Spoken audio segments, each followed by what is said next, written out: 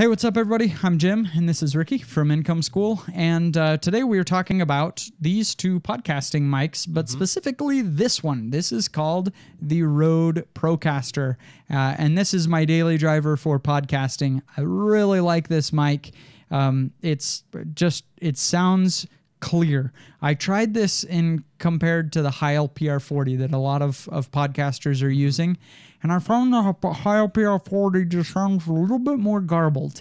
It sounds more rich, but a little bit more garbled. And the thing about podcasts are, people are listening to them usually at 1.5 times speed. And so if your audio is not crystal clear, people lose interest and they get distracted in what they're doing, and they just can't quite keep up with you.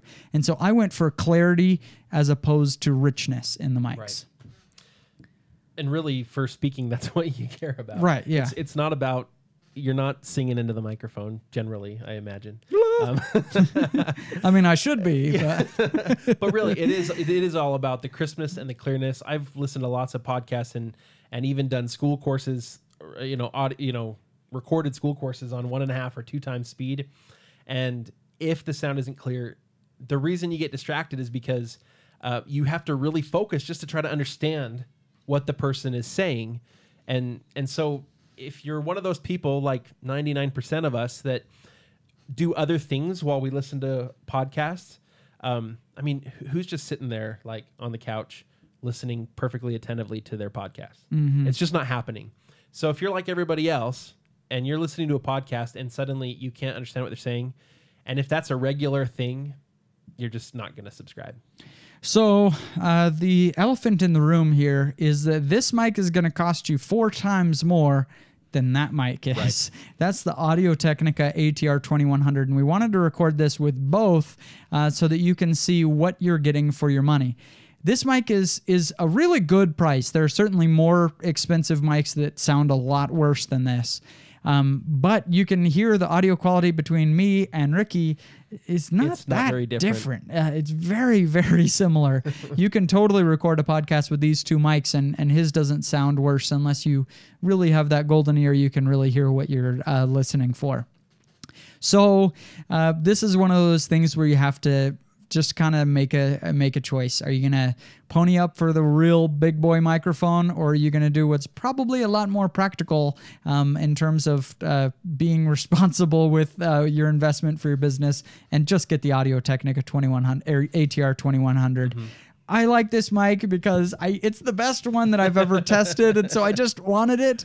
But honestly, it probably makes sense for really any podcast. It's just better to just save the money and go with the ATR 2100. But I do love this mic. It's the best that I have ever spent. I've tried probably 6 or 7 of the high-end mics like this. And this isn't even high-end, the mid-end of mics. And this was my favorite of them. So I wanted it, but yeah. I do kind of feel like the Rode Procaster is sort of the gold standard for podcasting. Not necessarily for sound, music recording or other things like that, but for podcasting, it really is kind of a gold standard. It's a really, really good microphone. If you're going to go with like the Audio-Technica ATR 2100 or something that's a more basic microphone, you have to have the pop filter. Yeah. Without it, it does sound like a cheap microphone. Yeah, with it does. It clears out a lot of the noise, the P's and the S's, but without it, it just doesn't really sound crystal clear, which is what we talked about is really important. Okay, now let's talk about this pop filter that I have on here. I've had a few people email me and ask me what this pop filter is. It looks really nice. It's skinny. It's not like one of those giant ones that's just made with like pantyhose wrapped around a ring. This one is actual. It's a grate of metal, yeah. And it's really good. I mean, you can't pop your pee. It really. It's expensive. I think it was $70 for this tiny little pop filter, but I think it was worth it. If you're going to invest this much in a mic, the pop filter makes a big difference. And so I have a link to it. It's a specific one, and it's actually not made for this mic, but it does fit. So if you go to incomeschool.com, go to recommended setups. And Income School is our website where we talk about how to make money with Amazon affiliate, how to make money with your podcast, how to get people on your email list, all that kind of stuff. And then under recommended setups, just click podcasting setups. And right here under the premium setup, this is what I use every day. You can see the links to the Procaster here, and then also this pop filter that I recommend. So be sure to check that out. Now, another one that we have to mention is that this is the Rode Procaster. This one is XLR only. It's analog audio, so you got to go into a mixer or something like a Zoom H6 or something. But you can also get the Rode Podcaster that is digital. You can plug it straight into your computer. It doesn't sound as good. You know, it's maybe 15% not as good. And so if you're going to be getting the Rode Procaster, you might as well get the ATR 2100.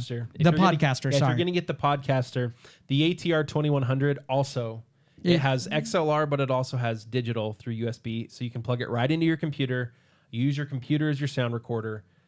So I agree. If you're gonna try to go the digital route and just plug straight into a computer, skip the mixer, skip the sound recorder, just get the ATR 2100. Cool. Well, be sure to check out our links at incomeschool.com and click on recommended setups, and we'll see you in the next video.